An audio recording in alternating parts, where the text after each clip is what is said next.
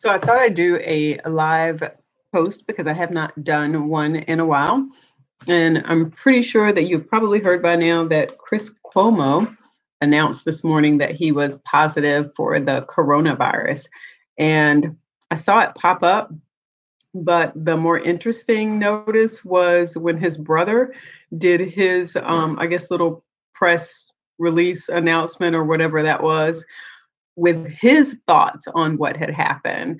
And so, yeah, it wasn't quite family drama, but it was kind of interesting to watch because he did, talk about how concerned that he was that his brother had his mother there at the house with him. And it's like he's there and his wife's there and the kids are there. And yet his mother was saying, "Oh, I'm really, I don't really want to be alone." And so he brings his mother over, and now he has the coronavirus, and he's quarantined downstairs in the basement. And the mother has been around him for how long now? So yeah, he didn't want her to be alone. She didn't want to be alone. And Andrew's like, "I can't believe you guys did this. So I saw that he came out with his Matilda's laws. I should have pulled that back up. I didn't read all of them because I was too interested in listening to what he was saying. He was, like he wasn't like pissed upset, but you could tell that he was like really bothered by what had happened. And then they just announced that like a 13-year-old teenager has now died. Like this, I guess, is the youngest person who has died now. And so, yeah, my daughter even wanted to go over to her friend's house today. She's upstairs. I don't really want her to hear me. She'll get mad if she hears me talking about her. But she was just like, "Hey, can I go over to so and so's house?" And I was like, And I was like, "Look, do you see how many people now have it in this country? Like our country is now leading in the number of cases. So why would you want to like go to somebody else's house and you don't know where they've been, who they've been around, you don't know where their parents have been, who their parents have been around? Like why would you put yourself in that sort of situation where you don't know, given that they're talking about all that can go on with this?" So yeah, I totally nixed that. So I haven't really been going anywhere. I go running outside. I've gone to the bank. I've gone to the grocery store, and that is about it. Other than that, I'm like working at home, taking phone calls at home. People send me their contracts. I work on them at home.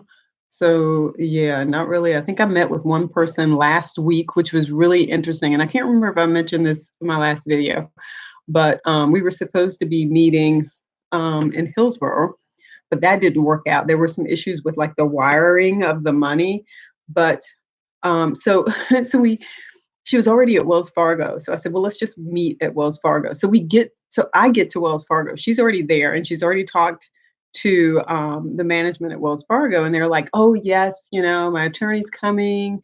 And we're gonna need a conference room, even though, I'm finished with my wiring and whatever I'm doing."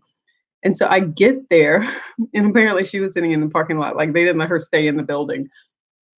I get there and I get to the door, and there's like a guy sitting in a chair on the other side of the door. And he opens the door and he's like, "May I help you?" And I was like, yes, I'm here for so and so. We're supposed to get some paperwork signed. I think she just wired some funds somewhere." And he had no clue what was going on. But this lady behind him was like, "Oh, yeah, yeah, yeah. I think her client's in the car. We'll tell her to come in, and we've given them an office that they can use."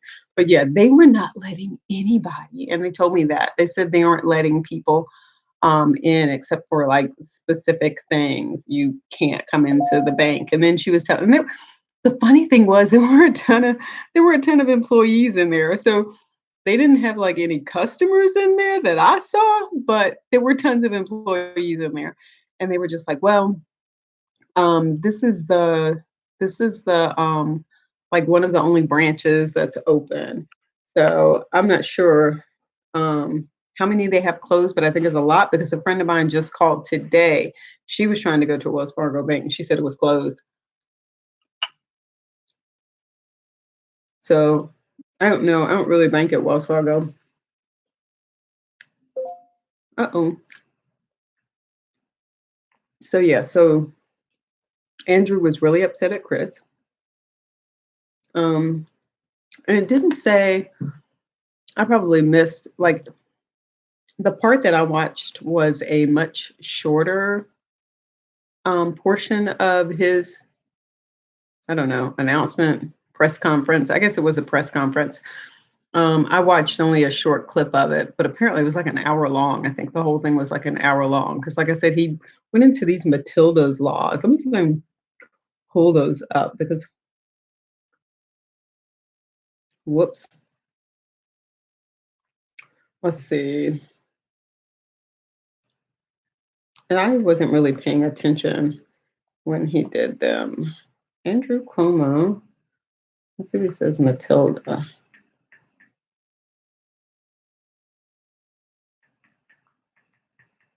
Let's see what comes up. So,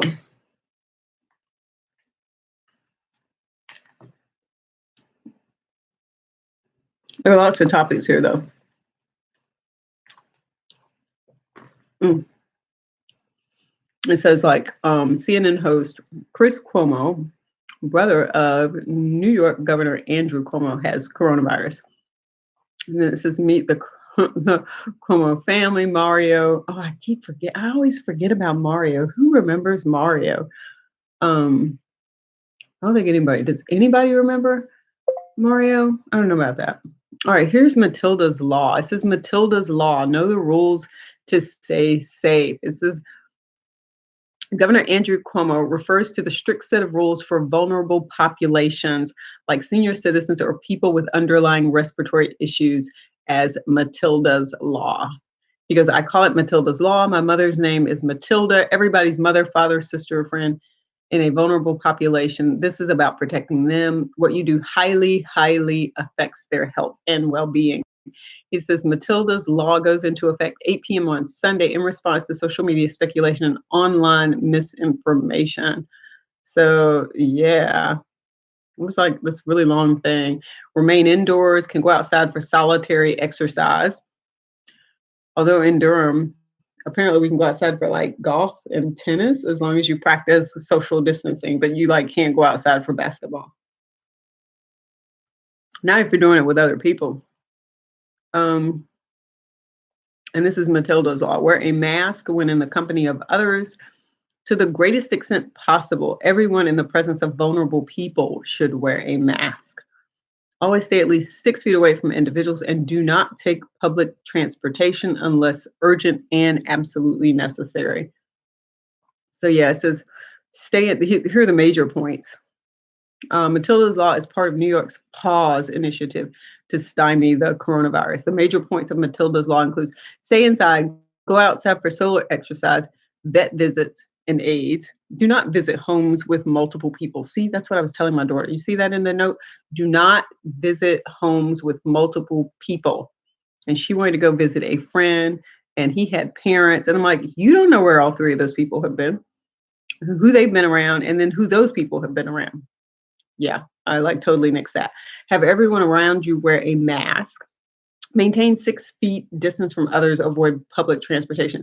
So yeah, so Andrew Cuomo had that whole list up there when he was talking about when he was going over it and talking about it.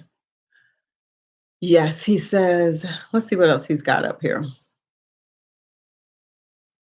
Yeah, that's pretty much it. Oh, let me see. There's something called the Center for Elder Law and Justice. And like even they've got something up here about it. This is Matilda's law was announced by Governor Cuomo in conjunction with the 100% reduction in non-essential workforce and closure of non-essential businesses. Which reminds me. So last week I did 2 webinars to talk about commercial leases and people that have businesses and they're trying to figure out if their businesses have been shut down.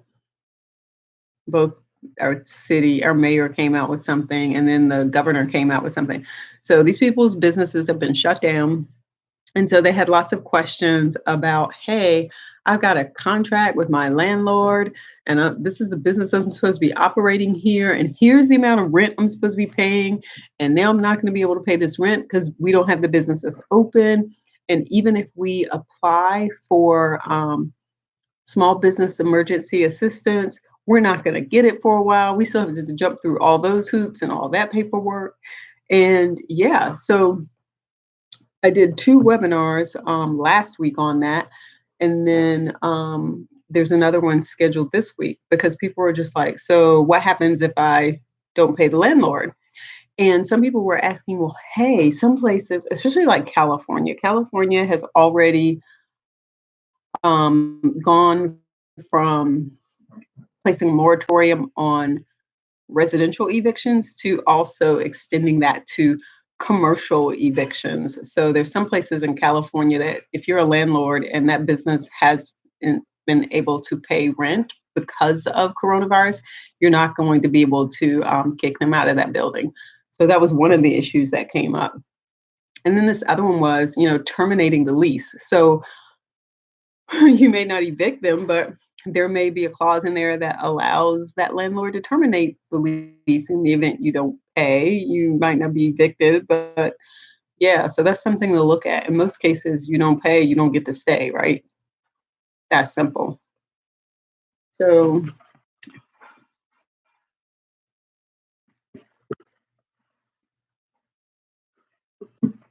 all right. So then some of the other things that came up, because what they don't always talk about is, so even if you put a moratorium on the landlord's ability to evict the tenant from the business, imagine that the landlord might also have a loan on that property. So now they can't pay that lender because they're not receiving the funds from the party that is renting the space from them. And so there's like this domino effect of how this is affecting like one and then the next one and then the next one. So potentially you've got three parties there that could be affected because of this. So yeah, so people were really concerned about.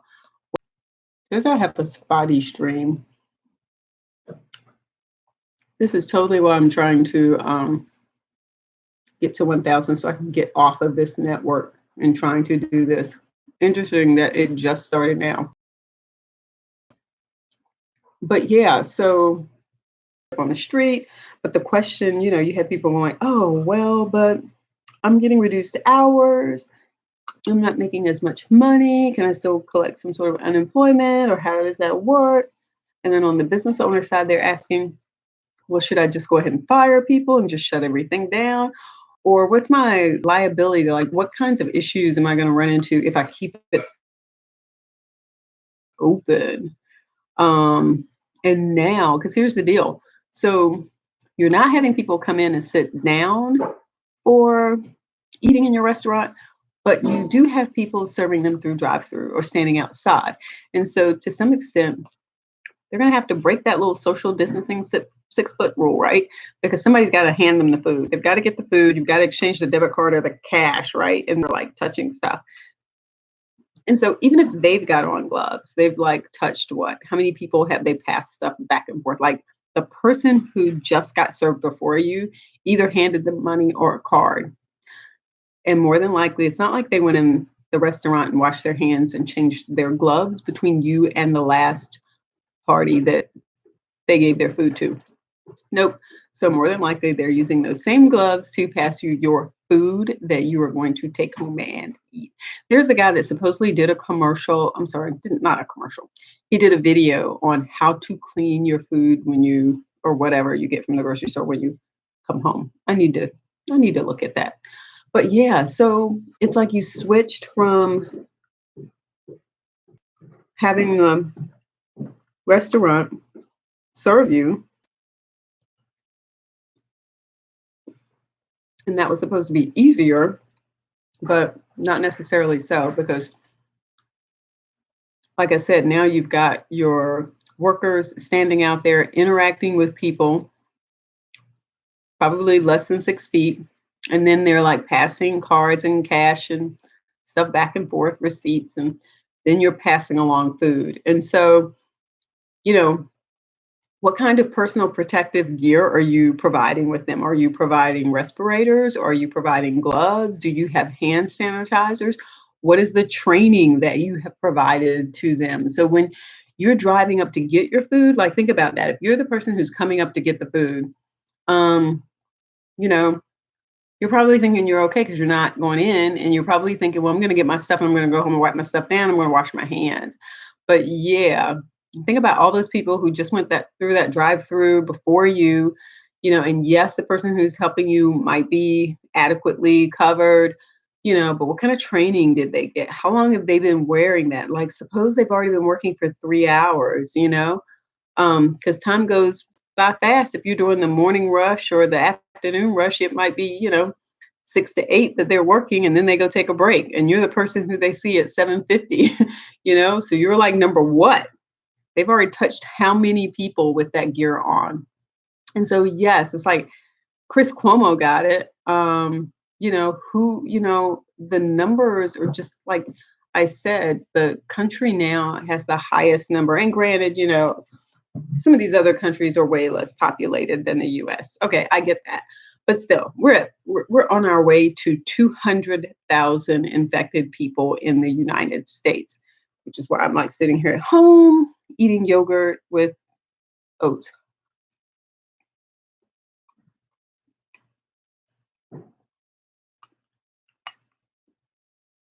So the question is, like, how long are we going to anticipate that coronavirus is going to be around? So I was talking to a friend of mine earlier today. He has two family members that are physicians, and he said both of them, one is a surgeon, and they were telling him that they've been told not to schedule any surgeries for the next 3 months. Okay. So tomorrow's April. That's April, May, June. Okay. That's 3 months. So you're talking July. Okay. And that's what the surgeons are doing in that particular area. They aren't even scheduling anything for 3 months out. And the other thing that we aren't sort of thinking about, because I actually got a call about this today. And so the person asked me, Sheila, do you think we're actually going to have a Democratic National Convention where the Democratic Party can elect their primary candidate and then we go forward into the November election? So let me tell you, because I think I said this in another video too. So it is now just about April. The Democratic National Convention is scheduled to be in Milwaukee, Wisconsin at the end of July. At the end of July. And so there is a time frame. Now think about that. Like nobody's really working in the hospitality industry, right? Um, that convention, you're talking about 50,000 people coming from all over the country. So they got to fly there, most of them, get on an airplane, and not just 50 states. You're talking about US territories. You've got people coming from the US territories. You've got media. You've got all these politicians, and you're going to put all these people at a convention in Milwaukee, Wisconsin. And that's just the Democrats. The Republicans, of course, want to show up in North Carolina and Charlotte in August. And again, you're looking at tens of thousands of people. Well, the Republicans pretty much already had their candidate. On the Democratic side, we're still trying to, we still do actually need to go through the vote to figure it out. So what was interesting to me is that last week, I got an email from the secretary of the Democratic National Committee, because I'm on the Democratic National Committee. I got an email from the secretary saying, oh, here's where you can go ahead and sign up for you to share your information about the convention or delegate or that sort of thing, because I'm an automatic delegate. And so that's something we've never done before. So it sort of made me wonder in the back of my head, about plan B, because plan A has always been, we're having the Democratic National Convention in Milwaukee, Wisconsin at the end of July. That has been plan A. Okay. I think there's thinking going on that there needs to be a plan B, because when I get an email that says, hey, you can go ahead and put your information here in the database so we can have it. I wonder to what extent they're thinking about how we can have a Democratic National Convention that's somehow virtual, or I don't know. I don't know what it looks like. I don't know how you get people from 50 states and the US territories, and how you have the media part of that, and the I it would be very interesting. It would be a very different event. But maybe that's what we need. Maybe we need a different event because of what's going on right now. Maybe it doesn't need to be that same old, same old. Traditionally in the past, we would arrive on that Sunday night and we would have a welcome party. And here's the thing. So I'm coming from North Carolina.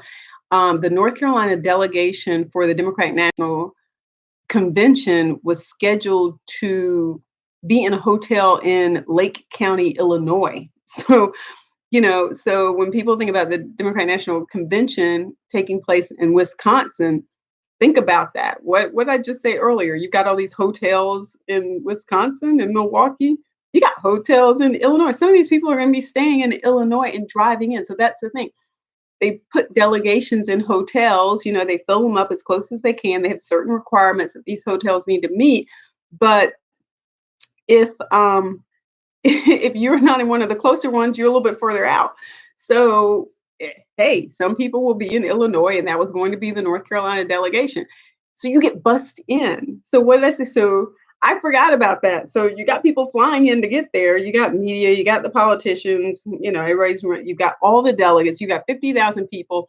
So you also got this daily transportation in and out. Remember, I said like 50,000 people. So that's a lot of people. I don't know if it's going to take place. And so during one of our back to Chris Cuomo, I actually had a chance to meet Chris Cuomo because I was actually at CNN for one of their live events a few years back. So a nice guy. And it was a pretty cool event. But yeah, if you aren't taking care of yourself and watching out for yourself, and making sure that the people around you, like my husband just came in with groceries. He went to the grocery store. I did not see him go to the bathroom and wash his hands. So now I got to get on him. I'm like, I actually posted this on Facebook. I was like, failure to wash your hands when you come in from someplace else is like grounds for absolute and immediate divorce. Yeah, you gotta be washing your hands when you come in and not touching your face and doing all of that. You got to take care of things when you walk in the house to make sure you aren't exposing others, because you have to assume that you were just in a space where somebody else was doing that. Mm. So,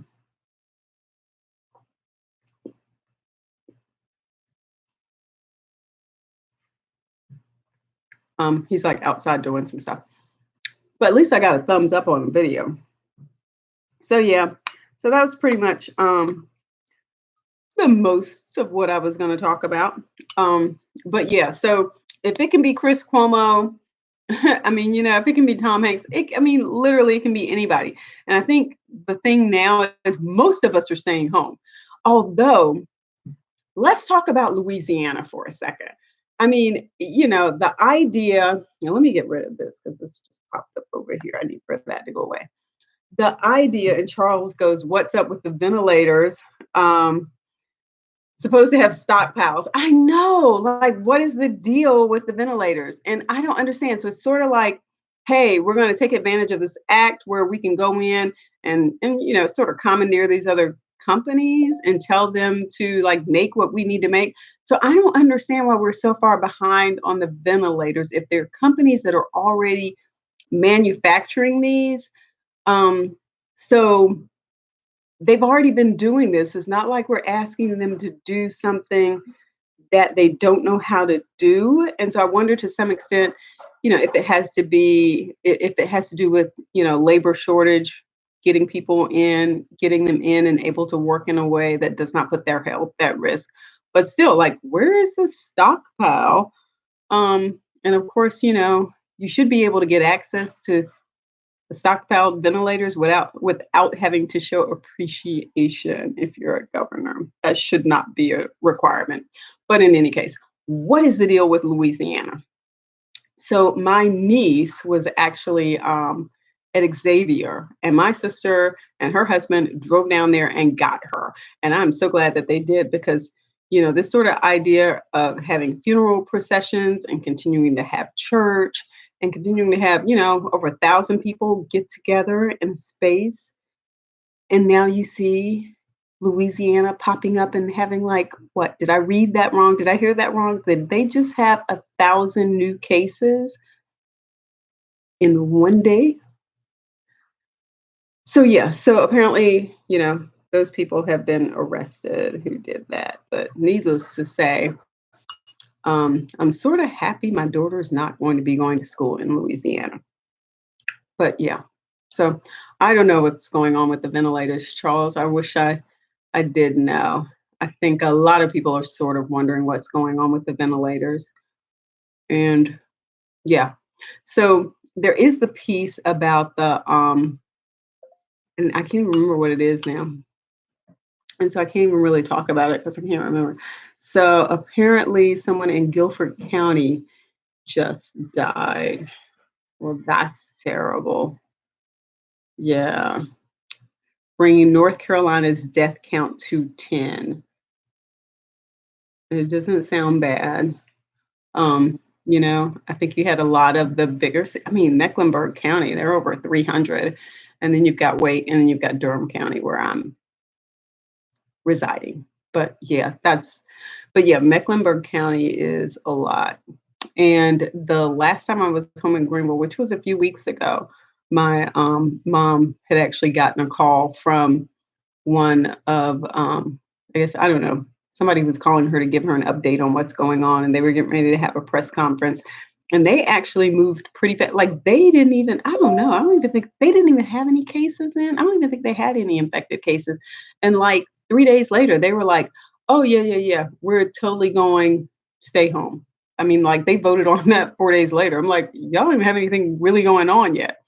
They were like, yeah, we're not waiting for the bad to happen. We're going to go ahead and try to do something about it in advance. So, I mean, I think they saw it. And the other thing is they have a lot of students there because they've got ECU there, and it's the third largest university in the state in terms of student population.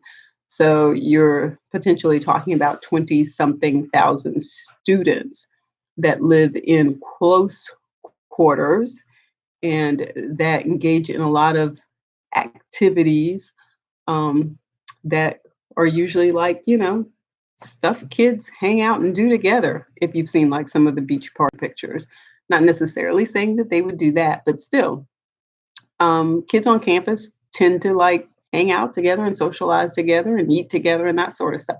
So, yeah, they needed to like totally be wrapping that up, and they did.